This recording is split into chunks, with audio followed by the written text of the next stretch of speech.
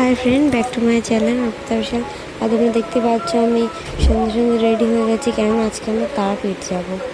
চলো, তারাপীঠ যাবো। আমি, জামাইবাবু, দিদির মেয়ে, তাই জন্য আমরা বেরিয়ে পড়েছি। দেখো আমার দিদির মেয়ে রেডি। চলো যেতে থেকে দেখতে থাকো।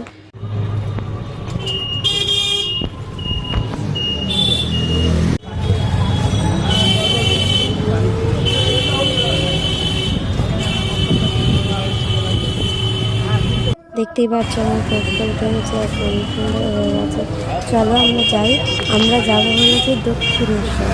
চলো তোমাদেরও কিছু কিছু ফটো ভিডিও দেখাবো।